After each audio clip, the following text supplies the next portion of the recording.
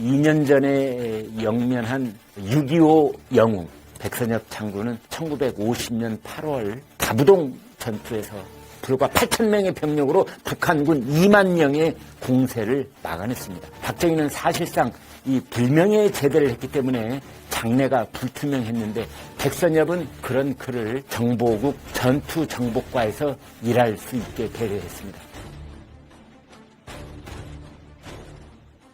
박정희 전 대통령은 지금부터 74년 전인 1948년에 일어난 여순 14연대 반란 사건, 옛날식으로 한다면 여순 반란 사건, 그 사건 때문에 곤욕을 치렀습니다. 남노당 계열의 군 장교들을 숙청하는 과정에서 체포가 됐고 조사를 받았습니다. 이른바 숙군이라는 말로 일컫던 일련의 조사였습니다. 박정희 전 대통령은 이듬해인 1949년 2월 군 병력을 제공했다, 그런 혐의로 사형을 구형받았습니다. 그러다 결국 무기징역을 선고받았는데요. 그때 백선엽은 육군본부에서 정보국장으로 재직 중이었습니다. 김한일 방첩대 과장을 통해서 박정희를 직접 면담을 하고, 그리고 만주 시절 동료 20명으로부터 박정희는 공산주의자가 아니다 라는 보증을 제출받았습니다. 그걸 토대로 무기징역을 형 집행정지 처분으로 이끌어냈습니다. 물론 미군의 동의도 있었고 당시에 이응준 총참모장이 찬성을 했기에 가능한 일이었습니다. 백선엽과 박정희 두 사람의 인연은 여기서 끝난 게 아닙니다. 박정희는 사실상 이 불명예의 제대를 했기 때문에 장래가 불투명했는데 백선엽은 그런 그를 정보국 전투정복과에서 일할 수 있게 배려했습니다. 박정희의 직책은 북한반 상황실장이었는데 지금으로 치면 군무원에 해당하는 문관 신분이었습니다. 지금으로서는 정말 상상도 할 수 없는 일들이 벌어지곤 했습니다. 나라 살림이 얼마나 궁핍했나 하면 당시 정보국에서는 예산 문제로 문관 월급을 보장해 줄 수 없다고 했습니다. 횡령을 하든 뭘 하든 요령껏 먹고 살라 그런 말처럼 들리기도 했지요. 하지만 백선엽은 자신의 판공비 일부를 떼어서 박정희에게 월급을 주었습니다. 그렇게 목숨을 부지하고 삶을 이어갈 수 있었던 박정희는 2년 뒤 6.25 전쟁이 발발하자 정보국장이었던 장도영의 건의로 1950년 7월 육군 포병 소령으로 복직하게 됐습니다. 6.25 전쟁이 끝나고 박정희를 장군으로 진급시켜준 사람도 백선엽이었습니다. 그때 이미 전쟁 영웅이었던 백선엽은 육군 참모총장이 돼 있었는데 경무대에서는 박정희의 남노당 전력을 문제 삼아서 박정희 장군 진급을 반대했습니다. 그러나 백선엽이 고집을 해서 박정희는 별을 달게 된 것입니다. 5.16이 있은 뒤에는 백선엽이 중화민국 주재 대사로 나갔습니다. 타이베이에서 근무하게 된 것이죠. 그 뒤 유럽 아프리카 총괄 대사로 일했고 나중에는 교통부 장관까지 지냈습니다. 나이로만 따지면 박정희 전 대통령이 백선엽 장군보다 3살이 위입니다.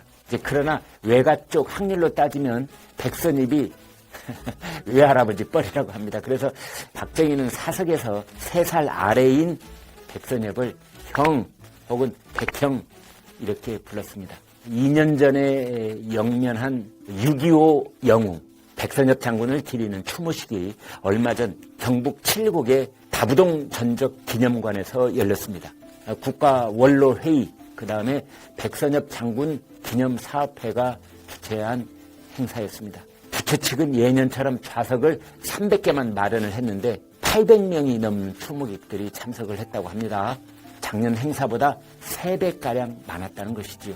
여당 대표를 비롯한 정권 관계자들이 대거 참석했습니다. 우리 군에서도 처음으로 군악대와 의장병을 지원을 했습니다. 정부도 정부고 군도 군이고 아무런 관심을 보이지 않던 그 무관심 속에서 시민들이 성금을 모아서 치렀던 1년 전 행사와는 정말 달라도 너무 달랐습니다. 백선엽 장군은 1950년 8월 낙동강 전선 최대 격전지인 다부동 전투에서 불과 8,000명의 병력으로 북한군 2만 명의 공세를 막아냈습니다.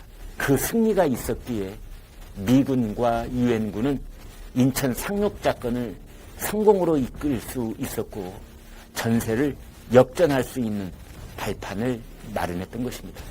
만약 백선엽 장군이 그 낙동강 방어선을 지키지 못했으면 지금의 대한민국은 없다고 해도 과언이 아닙니다. 백선엽 장군은 겁먹은 병사들을 못 달아나게 그들을 격려하면서 내가 후퇴하면 너희가 나를 쏴라, 그런 말을 하면서 선두에 직접 나섰습니다. 인천 상륙작전 뒤에는 미군보다 먼저 평양에 입성을 했습니다. 일사 후퇴 뒤 서울을 최선봉에서 탈환한 것도 백선엽이었습니다. 2년 전에 백선엽 장군은 100세를 일기로 세상을 떴습니다. 당시 문재인 정부와 민주당은 문상은커녕 예도 논평 한 줄 내지 않았습니다. 당시 문재인 대통령의 조문은 아예 바라지도 않았습니다. 그때 집권 세력은 여전히 친일몰이에 여념이 없었습니다. 백선엽이 일제강점기에 간도 특설대에 배치됐다는 이유만으로 친일 반역자로 낙인을 찍었던 것이죠. 미국 백악관, 그리고 미국 국무부, 그리고 전 주한미군 사령관들이 애도 성명을 냈지만 문재인 정권은 냉담했습니다. 우리 정부가 해야 할 일을 외국이 대신하고 있다는 것에 대해 부끄러움도 몰랐습니다. 제대로 된 자유민주주의 국가들은 전쟁 영웅기에 이 최대의 예우를 바칩니다. 얼마 전에 미국 알링턴 국립묘지에서는 6.25 참전 영웅 윌리엄 웨버 미국 예비영 대령의 안장식이 열렸습니다. 국가 원수의 장례식을 떠올리게 할 만큼 성대하게 치러졌습니다. 윌리엄 웨버는 미 공수부대 대위로 6.25 전쟁에 참전해 전투 중에 팔과 다리를 잃었고 퇴역한 이후에는 6.25 전쟁과 참전 군인의 무공을 널리 알리기 위해 온 힘을 쏟았습니다. 올해 97살로 세상을 뜬 그의 운구마차가 웰링턴 뉴욕에 들어서자 기다리고 있던 의장대가 예포 21발을 쐈습니다. 전직 대통령 장례식을 연상케 하는 대접을 한 것입니다. 그의 묘소에는 미국 성조기와 대한민국의 태극기가 나란히 함께 묻혔습니다. 윤석열 대통령은 기회가 있을 때마다 6.25에 참전했던 대한민국 국군 그리고 유엔군 전쟁 영웅들과 그 후손들에 대한 예우를 깍듯이 차리고 있습니다. 윤 대통령은 여러분이 대한민국의 오늘을 있게 한 영웅입니다.